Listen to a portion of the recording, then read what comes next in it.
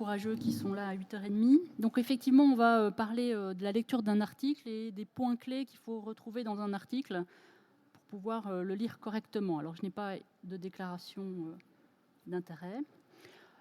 Pourquoi il faut essayer d'avoir un peu de lecture systématique d'un article? Parce que vous le savez, il faut tenir ses connaissances à jour, que la littérature médicale est abondante, qu'on manque tous de temps, on est maintenant multitâche et qu'évidemment avoir une espèce de technique de lecture d'un article, eh bien, ça va faciliter d'abord les articles qu'on va complètement lire et puis les articles qu'on va rejeter parce que ce n'est pas très intéressant pour notre pratique. Alors il y en a différents types d'articles, hein. L'éditorial, c'est ce que vous connaissez, c'est ce qu'il y a dans les journaux en général, un avis sur un sujet. On peut envoyer des lettres à la rédaction, soit parce qu'on réagit à ce qu'ils ont déjà écrit, soit parce qu'on a quelque chose d'intéressant à dire. Des cas cliniques, c'est pas ce qui est le plus accepté dans les revues actuellement, sauf si vraiment c'est extrêmement pertinent, si c'est un sujet d'actualité. Par exemple, Ebola, il y a eu beaucoup de cas cliniques acceptés, ou le virus Zika. Des revues générales, des mises au point, c'est important, hein, quand on part d'un sujet qu'on ne connaît pas, d'avoir quand même des experts qui ont déjà lu la littérature ancienne pour nous. Et puis des analyses commentées qui en général accompagnent un article original. C'est de l'article original dont on va surtout parler parce que c'est la forme la plus importante de l'article scientifique. Et si on a le temps, on parlera des méta-analyses, qui est la synthèse d'articles originaux. Alors qu'est-ce que c'est qu'un article original? Ça a 3 caractéristiques essentielles. C'est publié dans un journal scientifique. C'est des résultats qu'on n'a encore jamais publiés avant. Hein, c'est tout à fait nouveau. C'est les résultats d'une étude qu'on vient de réaliser. Et puis, en général, et tout le temps, c'est quelque chose qui a déjà été ce qu'on appelle reviewé. C'est-à-dire qu'il y a des experts qui ont déjà donné leur avis sur l'article, qui ont déjà essayé de faire modifier la forme et le fond quand c'était nécessaire aux auteurs, et qui paraît intéressant pour la publication, en tout cas dans le journal auquel c'est soumis. C'est donc un rapport d'étude, ça doit être court, en général c'est 20 pages dactylographiées, mais c'est, vous allez le voir, détaillé et complet, dans un langage accessible aux non-spécialistes. Alors vous me direz souvent quand même les articles sont en anglais, mais c'est de l'anglais relativement simple. Et c'est un document qui doit permettre de répliquer l'étude si on a envie de la refaire. Et ça a une organisation très spécifique qui permet d'avoir un accès facile à l'information. Alors la structure d'un article original, c'est toujours la même actuellement. Il y a une structure qui domine, qu'on appelle IMRAD, pour introduction, méthode, résultat et discussion. Alors ce qui est important, c'est que chaque session doit contenir un certain nombre de renseignements et seulement ces renseignements. Et dans chaque session, les renseignements sont rangés toujours selon la même logique.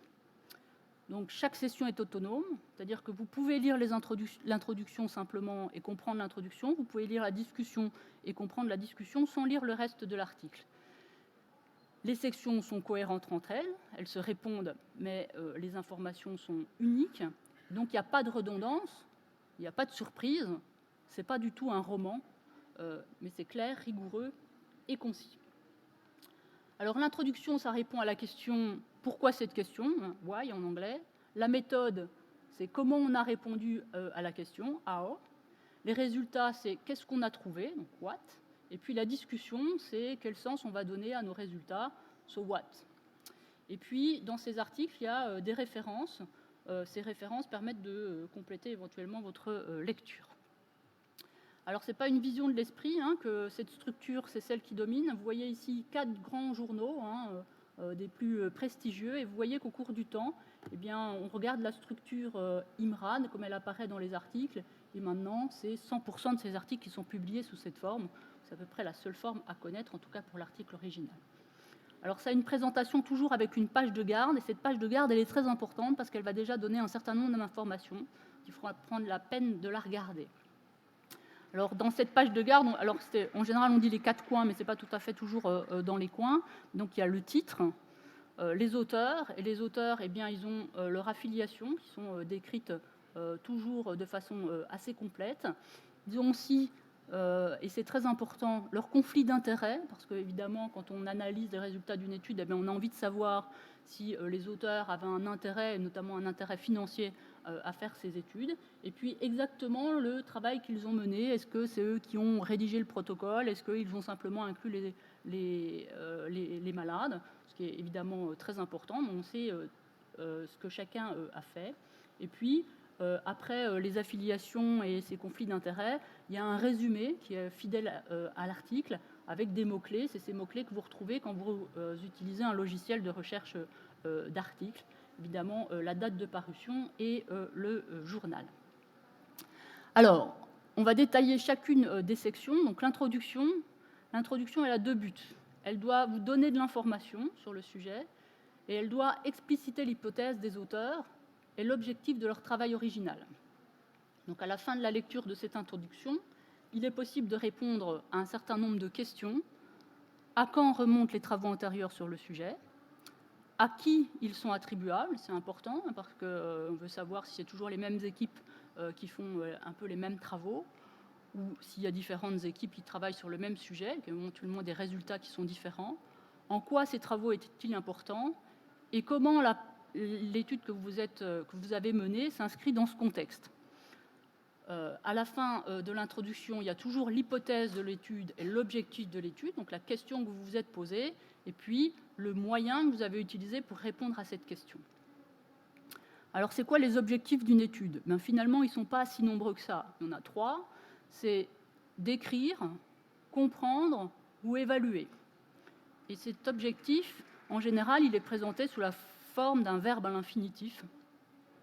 Et à cet objectif va répondre bien évidemment une question, correspond une question, un type d'étude et un schéma. En général, il y a 1 ou 2 schémas possibles pour répondre à cet objectif.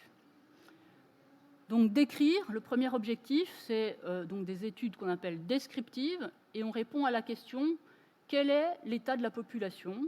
Et il y a 2 types de ces études. Il y a l'étude transversale et l'étude longitudinale. Donc ça, c'est le schéma ou en anglais le design de l'étude. Alors c'est assez facile pour ces études descriptives. Vous voyez ici, je vous ai représenté une étude transversale. C'est simplement une photographie de la population à un temps donné. Et ce que vous allez mesurer, c'est les petits ronds rouges, la prévalence parmi la population générale à un temps T, donc lors d'une photographie.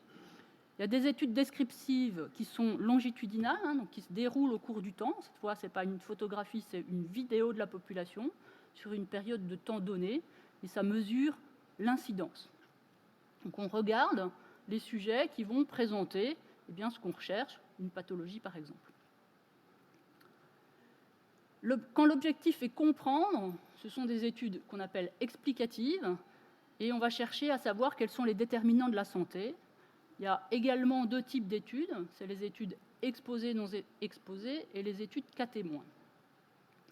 Alors là aussi, le schéma est assez facile. Je vous ai représenté ici une étude exposée, non exposée. Ces études, ce sont des études prospectives, c'est-à-dire qu'on regarde vers l'avant.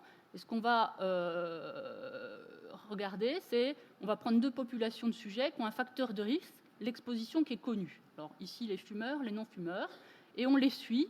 Et on va comparer leur issue, c'est-à-dire est-ce qu'ils vont présenter, par exemple, un cancer du poumon. Les études cas témoins, cette fois, on va regarder vers l'arrière. On prend des patients qui ont la pathologie qui nous concerne, le cancer, et on regarde, et on les interroge sur leurs antécédents, sur leurs habitudes de vie, et on va pouvoir les comparer. Donc c'est une étude rétrospective dont l'issue est connue, et on cherche s'ils ont été exposés à un facteur de risque. Qu'ils ont fumé et combien ils ont fumé, par exemple. Ensuite, on est capable de tracer des tableaux avec l'événement et puis exposé, non exposé ou cas témoins, exposé, non exposé. On fait des espèces de ratios que je vais vous expliquer assez simplement. Donc ça s'appelle le risque relatif pour les études exposées, non exposées et l'autre ratio quand c'est des études cas témoins. Peu importe, ça veut dire à peu près la même chose. Alors l'interprétation du risque relatif, c'est quand ce risque relatif est supérieur à 1, ça veut dire que l'exposition augmente le risque, c'est un facteur de risque. Quand il est égal à 1, ça veut dire que le facteur, ici le tabac, ne joue aucun rôle dans l'évolution de la maladie. Et quand le risque relatif est inférieur à 1, l'exposition diminue le risque, c'est un facteur protecteur.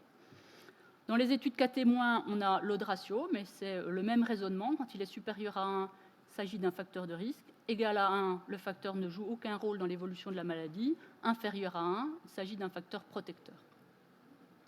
Et puis ensuite, il y a les études où on cherche à évaluer un problème. Ce sont des études qu'on appelle interventionnelles. C'est sûrement celles que vous connaissez le mieux parce que vous y participez. C'est des essais contrôlés, randomisés. Et on cherche à savoir si les interventions qui sont proposées sont efficaces sur le devenir des malades. Et on va voir le critère de jugement. Alors c'est simple. On a un groupe de patients. On va les répartir dans 2 groupes au hasard, on les tire au sort, hein, dans un groupe où il y a l'intervention et dans un groupe où il n'y a pas l'intervention. On les suit un certain temps et on va comparer les résultats. Ça, c'est sûrement la forme d'étude que vous connaissez le plus. Alors, si on résume les schémas de l'étude, pour comprendre bien le schéma de l'étude, il suffit de suivre ce petit schéma. On va se poser la question, est-ce que le chercheur a fait une intervention? Si oui, c'est en général un essai contrôlé randomisé. S'il n'a pas fait d'intervention, on va regarder si le sujet est suivi au cours du temps. S'il est suivi au cours du temps, c'est-à-dire si on regarde vers l'avant, c'est une étude exposée, non exposée. S'il n'est pas suivi au cours du temps, on va regarder s'il a été sélectionné suivant l'issue. Si oui, c'est une étude cas témoin. Et s'il n'a pas été sélectionné sur l'issue, c'est-à-dire si on a fait une photographie ou une vidéo, c'est une étude transversale ou une étude longitudinale. Alors ces études, ces designs d'études, ils n'ont pas la même valeur scientifique. Ça n'apporte pas le même niveau de preuve scientifique et en général on les classe suivant cette pyramide. Alors il y a les études que je vous ai détaillées et évidemment celle qui a le plus haut niveau de preuve, hein, c'est l'étude contrôlée randomisée. Et puis au-dessus de cette étude contrôlée randomisée, il y a encore des études plus importantes, c'est ce qu'on appelle des méta-analyses, c'est-à-dire quand on poule toutes ces études randomisées ou quand on fait une revue systématique de la littérature par des experts. C'est de la littérature de synthèse et ça a une bonne valeur scientifique. C'est en général des revues systématiques qui servent à faire les recommandations. Alors, la section méthode, on a vu tout à l'heure la section introduction. Ce chapitre, c'est l'exact reflet du protocole de recherche. C'est-à-dire que ces méthodes, vous ne les avez pas inventées sur le moment où vous écrivez les résultats, vous l'aviez déjà pensé avant quand vous avez écrit votre protocole. Cette section ne comporte ni résultats ni commentaires. Et à la fin de la lecture de cette section, il est possible de reproduire le travail des auteurs si on en a le souhait et de vérifier la rigueur scientifique. La rigueur scientifique, c'est défini par 2 termes, la validité interne et la validité externe. Alors, qu'est-ce que c'est que la validité interne? La validité interne, ça cherche à repérer les limites méthodologiques de l'étude et l'analyse des biais potentiels. Si je fais une étude sur les patients qui sont ventilés, mais que je n'ai inclus que des patients qui ne sont pas ventilés, vous voyez bien qu'il n'y a pas de validité interne. La validité externe, ça cherche à connaître l'applicabilité des résultats dans votre centre. Si je fais une étude que sur des femmes, mais que dans votre centre, vous n'accueillez que des hommes, vous ne pouvez pas appliquer les résultats de l'étude à votre centre. Vous ne pouvez pas transférer les données, transférer l'intervention à votre centre, ça ne vous apportera rien. Dans les méthodes, on doit trouver un certain nombre de problèmes également qui sont adaptés à l'objectif de l'étude. On doit trouver le schéma de l'étude, le design, ce que je vous ai expliqué tout à l'heure, la définition des patients de l'étude, donc qui on a inclus, ce qu'on peut appeler assez trivialement le matériel, les critères d'inclusion et d'exclusion, très précisément, et éventuellement les sous-groupes que vous allez analyser. Le ou les lieux d'étude, c'est important de savoir si l'étude est monocentrique ou si elle est multicentrique, hein, c'est-à-dire que vous l'avez faite dans plusieurs centres, que ça a une force un peu plus importante puisque tout le monde ne travaille pas exactement de la même façon. L'intervention étudiée doit être assez détaillée, ça peut être un traitement, donc le quoi, et le critère de jugement, hein, sur quoi vous allez analyser les résultats, c'est-à-dire le comment, et ce critère de jugement doit être évidemment en rapport avec l'objectif principal. Et puis éventuellement les critères de jugement secondaires et les moyens qui permettent de les évaluer, c'est-à-dire si c'est des scores, il faut que vous détaillez les scores, les valeurs normales retenues. Et puis le timing de l'évaluation. Si vous allez observer le syndrome de stress post-traumatique, logiquement, vous allez regarder ça à distance et en général, c'est à 3 mois. L'hypothèse de l'étude est rappelée avec le calcul de l'échantillon. Alors, il y a des méthodes statistiques pour ça. Hein. Vous devez avoir une hypothèse et calculer le nombre de sujets que vous devez inclure dans cette étude pour réaliser éventuellement cette hypothèse, les tests et les statistiques que vous avez utilisés, éventuellement les considérations éthiques. Alors le critère de jugement principal, c'est un et un seul. Il doit être pertinent. Hein. Quand vous étudiez la ventilation mécanique, vous n'allez pas prendre comme critère de jugement les antibiotiques. Ça doit être robuste, c'est-à-dire si moi je le mesure et si vous le mesurez, il doit dire la même chose, hein, si c'est un score par exemple, et il est donc défini assez précisément. Les résultats, alors on doit mettre dans l'article tous les résultats, hein, même s'ils sont négatifs, et évidemment rien que les résultats. C'est du texte, complété de tableaux et de figures, et c'est organisé. En général, vous décrivez la population étudiée, ça s'appelle un diagramme de flux. Vous répondez à la question principale, hein, c'est-à-dire quel est le résultat sur le critère de jugement principal, aux questions secondaires, donc sur les autres critères de jugement. Éventuellement, vous analysez les sous-groupes de patients. Les tableaux et les figures doivent être autonomes, c'est-à-dire que si vous ne lisez pas le texte, vous devez être capable de comprendre les tableaux et les figures de l'article. Et il n'y a pas de description de méthode et il n'y a pas d'interprétation dans les résultats. La signification statistique, c'est important. Hein. En statistique, un résultat est dit statistiquement significatif lorsqu'il est impossible qu'il puisse être obtenu par un simple hasard. Et habituellement, on utilise un seuil de signification de 0,5. Ça veut dire que moins de 5% de chance d'obtenir le même résultat par hasard. Mais ça ne décrit pas la différence entre deux groupes. C'est-à-dire que vous pouvez avoir une différence très grande entre deux groupes. Par exemple, 4 jours de différence de ventilation mécanique. Ça n'intervient pas sur le petit p. Le petit p, ça donne juste l'idée que ce n'est pas le hasard, mais vous pouvez aussi avoir une différence de 36 heures de ventilation mécanique et ce n'est pas exactement pareil. Donc ça ne décrit pas la différence entre les deux groupes, ça décrit la force du résultat. La discussion, sa construction doit permettre de répondre à plusieurs objectifs, hein, dire si l'objectif de l'étude est atteint. Le deuxième objectif, c'est porter un jugement critique sur ce qu'on a fait. Le troisième objectif, c'est mettre en perspective et dégager les implications. Cette partie doit comparer les résultats avec ceux qui sont déjà obtenus dans la littérature et expliquer les différences et l'originalité de votre étude. Hein. Vous devez la vendre, votre étude et vos résultats. Vous êtes convaincu qu'ils sont bons. Et vous donnez une conclusion qui doit être en adéquation avec vos résultats. Vous n'avez pas le droit de donner une conclusion qui est à l'inverse des résultats ou pas tout à fait en accord avec les résultats. C'est donc l'interprétation des résultats par les auteurs. Alors, comment on va lire un article original? Quelles sont les techniques? Ce n'est pas un roman. Hein. Il faut donc savoir rapidement si l'article vous intéresse et si vous allez continuer à lire de façon approfondie.